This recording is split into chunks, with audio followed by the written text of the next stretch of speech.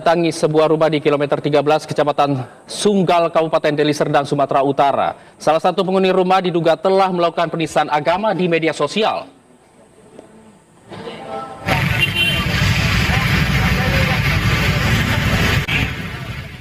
Usai viral di media sosial rekaman siaran langsung Rudi Simamora, ratusan warga mendatangi rumah Rudi yang berada di Jalan Medan Binjai kilometer 13, Kecamatan Sunggal, Kabupaten Deli Serdang, Sumatera Utara. Kedatangan warga menunggu polisi datang menjemput Rudi setelah dilaporkan atas dugaan penistaan agama yang disiarkan secara langsung melalui media sosial. Dimasukkan ke goa pasti kau marah. Ya udah, bertapalah kau di dalam goa itu. Mudah-mudahan pulang dari goa kau jadi nabi. Dugaan penistaan agama yang dilakukan Rudi Simamora tidak hanya itu. Di salah satu siaran langsungnya di media sosial kembali melakukan dugaan penistaan agama. Aisyah, Muhammad sendiri yang meneliti, bukan Tuhan yang memberi tahu. Maka tambahi aja lah di depan Dr. Muhammad Sallallahu Alaihi Wasallam. Atas viralnya unggahan tersebut, ratusan warga mendatangi dan menunggu Rudi dijemput polisi. Pak polisi, tolong Pak polisi, siapapun polisi di Kota Medan. Semalam udah mulai viral memang, Pak. Viral apa itu? Masalah penistaan agama. Apa yang dibuatnya Pak Kadis? Semalam ada bahasa dia itu, Allah itu rasis, kata dia gitu. Jadi tadi sempat dikepung warga rumahnya? Tidak dikepung, cuman sebagian dari masyarakat kan ada mengetahui, cuman menanti untuk dijemput sama pihak yang berwajib. Udah berapa lama tadi Pak Kadis warga ramai di sini? Sekitar 1 jam.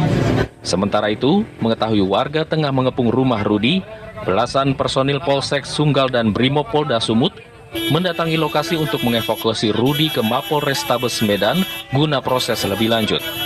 Dari Medan, Sumatera Utara, Heri Kiswanto, TV One mengabarkan. Menelepon polisi, tolong Pak polisi.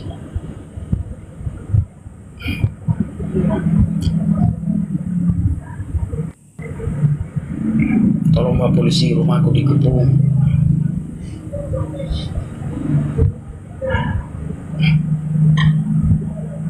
Tolong Pak polisi, siapapun yang bisa menghubungi polisi.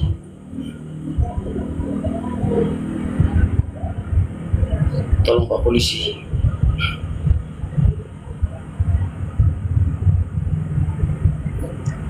Serius kawan-kawan, serius ya.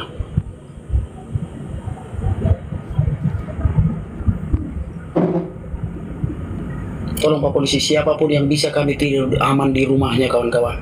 Siapapun kalian yang bisa kami tidur aman di rumahnya, tolong jemput kami kawan-kawan. Kami ada 4 orang, aku, istriku, anakku 1, kemanaanku 1 orang perempuan. Tolong kawan-kawan, siapapun tolong jemput kami biar kami tidur di rumah kalian kawan-kawan ya. Jalan Binjai kilometer 13, Toko Bunga, Mora Floris. Istriku udah bolak-balik telepon kemana-mana ya kawan-kawan ya. Siapapun jemput kami kawan-kawan. Jalan Binjai kilometer 13, Toko Bunga, Mora Floris. Siapapun kawan-kawan. Tolong kawan-kawan. Aku nggak berani membuka pintu.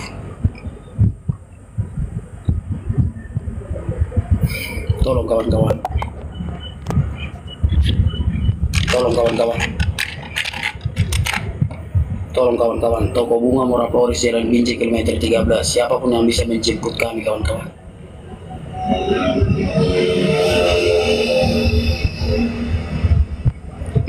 Kawan-kawan, tolong kawan-kawan, rumahku dikepung.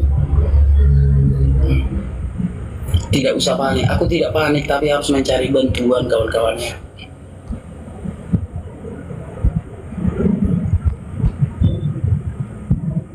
Pak polisi, tolong Pak polisi, Jalan Binjai kilometer 13, Toko Bunga, Mora Floris. Ya kalau bersalah lapor polisi kawan-kawan. Kalau memang aku bersalah lapor aja polisi. Kenapa harus main geruduk-geruduk tengah malam? Kawan-kawan, tolong bantu aku kawan-kawan. Jalan Binjai kilometer 13, Toko Bunga, Mora Floris. Jalan Binjai kilometer 13 kawan-kawan, Toko Bunga, Mora Floris. Iya polisi di luar itu. Tapi kok nggak menggedor?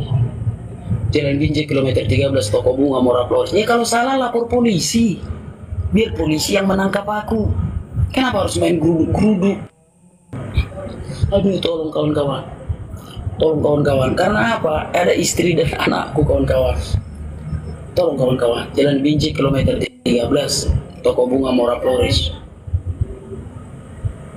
Jalan Binjai kilometer 13 toko bunga Mora Flores kawan-kawan.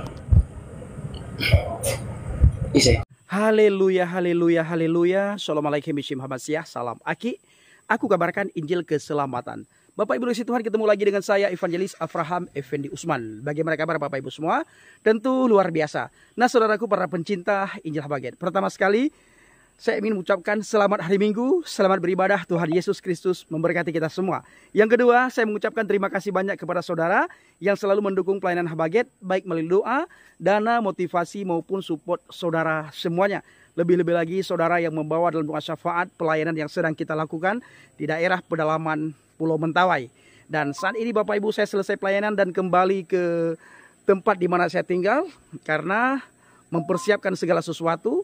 Dikarenakan hari Selasa saya berangkat ke daerah pedalaman selama beberapa hari dan di sana Bapak Ibu tidak ada sinyal, bahkan lampu pun tidak ada. Tapi kita percaya dimanapun kita ditempatkan oleh Tuhan, kalau kita punya hati untuk melayani, kita punya hati kemelekatan dengan Tuhan, segala sesuatu indah pada waktunya, segala sesuatu Tuhan sediakan dan segala sesuatu Tuhan yang menyertai kita dengan begitu luar biasa saudaraku ya.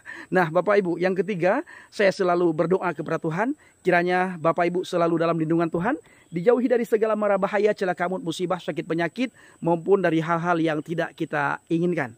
Sekali lagi saya mengucapkan terima kasih banyak atas support saudara, atas dukungan saudara dan atas segala sesuatu yang sudah saudara lakukan untuk membantu pelayanan saya selama 20 hari di daerah Pulau Mentawai. Dan saya masih ada 2 minggu lagi di Mentawai Bapak Ibu. Dan waktu yang tersedia itu kita pergunakan untuk menguatkan anak-anak Tuhan di daerah pedalaman. Pertama sekali kita menguatkan anak-anak Tuhan di pedalaman. Kita ajari mereka dan kita memperlengkapi mereka. Serta kita mengajarkan sehingga ketika para guru palsu dan pengajar palsu yang hadir di tengah anak-anak Tuhan, di tengah jemaat Tuhan di pedalaman, mereka bukan saja bisa menjawab setiap pertanyaan yang diajukan oleh orang-orang luar, tetapi mereka bisa bertanya jawab.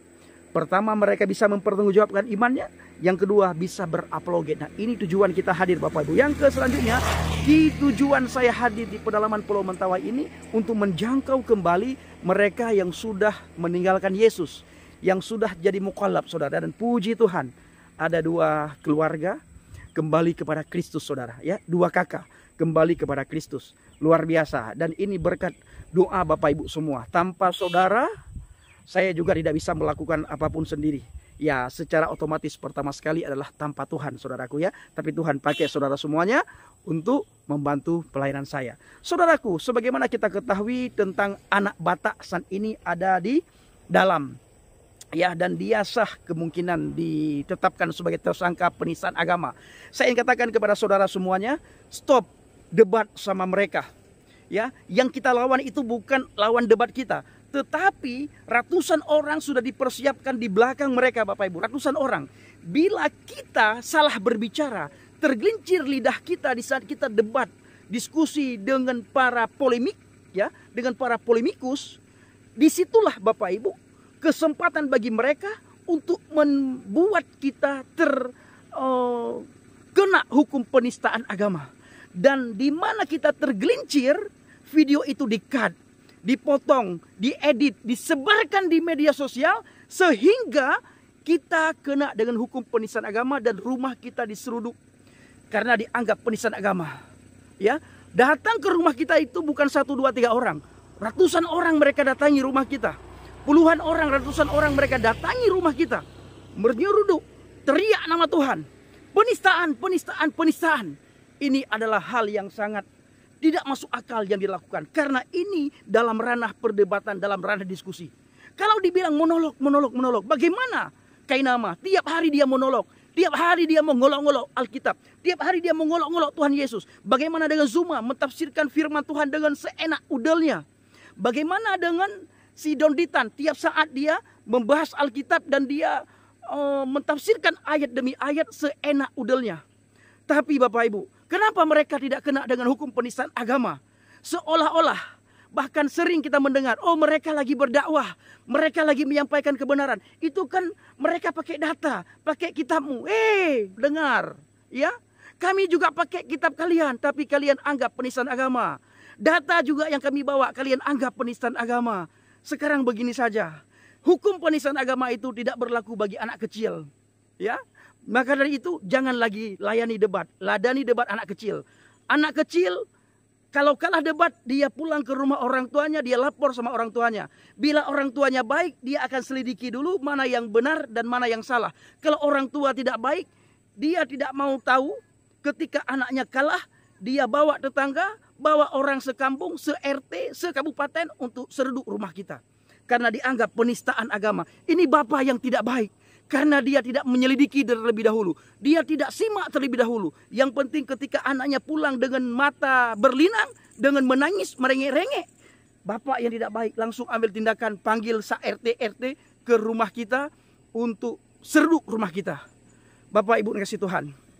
Anak kecil dilarang berdebat. Dan kita yang sudah dewasa, jangan layani debat dengan anak kecil. Ya, hukum penistaan agama kita yang kena karena kita sudah dewasa. Anak kecil tidak akan mungkin kena hukum penistaan agama. Maka dari itu saya ingin meminta dengan penuh belas kasihan, dengan segala kerendahan hati. Jangan layani debat anak kecil, siapapun saudara. Jangan pernah layani debat anak kecil. Jadikan kasus anak Batak itu sebagai pelajaran bagi kita semuanya. Jadikan kasus Bapak Muhammad Kece sebagai pelajaran bagi kita semua. Jadikan kasus Bapak Pendeta Saifuddin Ibrahim sebagai pelajaran bagi kita semuanya. Ingat Bapak Ibu, bila mereka kalah dan mereka tidak terima, kita dianggap penistaan agama. Sekalipun dalam ranah diskusi, sekalipun dalam ranah debat. Karena ayat demi ayat yang kita sampaikan melukai hati mereka, melukai pikiran mereka. Karena mereka tidak terima dengan ayat dan apa yang kita sampaikan, mereka anggap penistaan agama. Ribuan orang, ratusan orang, bahkan ribuan orang, bahkan puluhan ribu yang ada orang di belakang lawan debat kita, mereka tidak terima dengan apa yang kita sampaikan. Data demi data yang kita sampaikan mereka tidak terima. Maka oleh karena itu saya tegaskan, dari Pulau Mentawai saya bersuara. Dari Pulau Mentawai saya bersuara, jangan pernah layani debat anak kecil. Anak kecil tidak akan kena dengan hukum penistaan agama, saudaraku. Karena umur mereka belum cukup. Ya, Bapak Ibu, dalam 2 malam ini banyak sekali teman-teman dari seberang itu masuk ke live saya. Saya tanyakan, apa agamamu? Dia sudah mengucapkan Assalamualaikum. Saya tetap tanya, apa agamamu? Begitu dia bilang agama saya ini, langsung saya turunkan. Saya bilang, kamu anak kecil. Kalian anak kecil tidak punya hak untuk naik ke komal saya. Saya tidak izinkan kalian. Dalam agama satu itu Bapak Ibu, saya tidak akan mengizinkan mereka untuk naik ke komal saya. Dan puji Tuhan Bapak Ibu dikasih Tuhan, saya ingin mengajak mereka untuk berpikir. Ya, mengajak mereka untuk berpikir. Jangan pernah layani debat dengan mereka. Saya ingin mengajak mereka untuk berpikir. Umur kalian belum cukup. Kalian belum dewasa, kalian masih kanak-kanak. Makanya kalian berbicara seperti anak-anak. Ya, kalian berbicara seperti anak TK. Oh, seperti anak-anak balita yang baru bisa berbicara. Sesuka hati kalian berbicara. Hukum penistaan agama tidak akan kena kepada kalian karena kalian masih bayi. Ya, masih bayi. Orang yang baru bayi suka-sukanya bicara, pop suka bicara. Lalu kita lapor, ini kena penistaan agama. Dia monolog, teman-teman semuanya, orang itu masih kecil. Dia masih bayi. Tidak akan kena penistaan agama karena dia lagi belajar ngomong. Saudaraku, oke Bapak Ibu, saya akan lanjutkan perjalanan. Saya akan pulang. Tempat di mana pos saya, dan puji Tuhan di tempat di pos saya ada sinyal kecuali mulai hari Selasa. Ya, karena saya berangkat ke pedalaman selama lebih kurang 4 hari. Di situ tidak ada sinyal sama sekali. Bapak Ibu, sekali lagi saya mengucapkan terima kasih banyak kepada saudara yang selalu mensupport, yang selalu mendukung, yang selalu mendoakan saya. Baik lewat doa, lewat dana, lewat motivasi, lewat dorongan saudara. Sehingga saya semakin hari semakin kuat di dalam Tuhan. Semakin hari semakin dan bersemangat di dalam memberitakan Injil. Menguatkan anak-anak Tuhan di pedalaman. Terutama sekali saat ini yang ada di Pulau Mentawai saudaraku. Terima kasih. Tuhan Yesus sangat memberkati kita. Tuhan Yesus sangat baik, dia sangat mengasihi kita semuanya. Shalom alaikum bishim Hamasyah. Salam Aki, aku kabarkan Injil keselamatan. Bapak Yahweh bishim Adonai Yesus Hamasyah. Waruah Kodes memberkati kita semua. Haleluya, amin, salam murtadin. Terima kasih.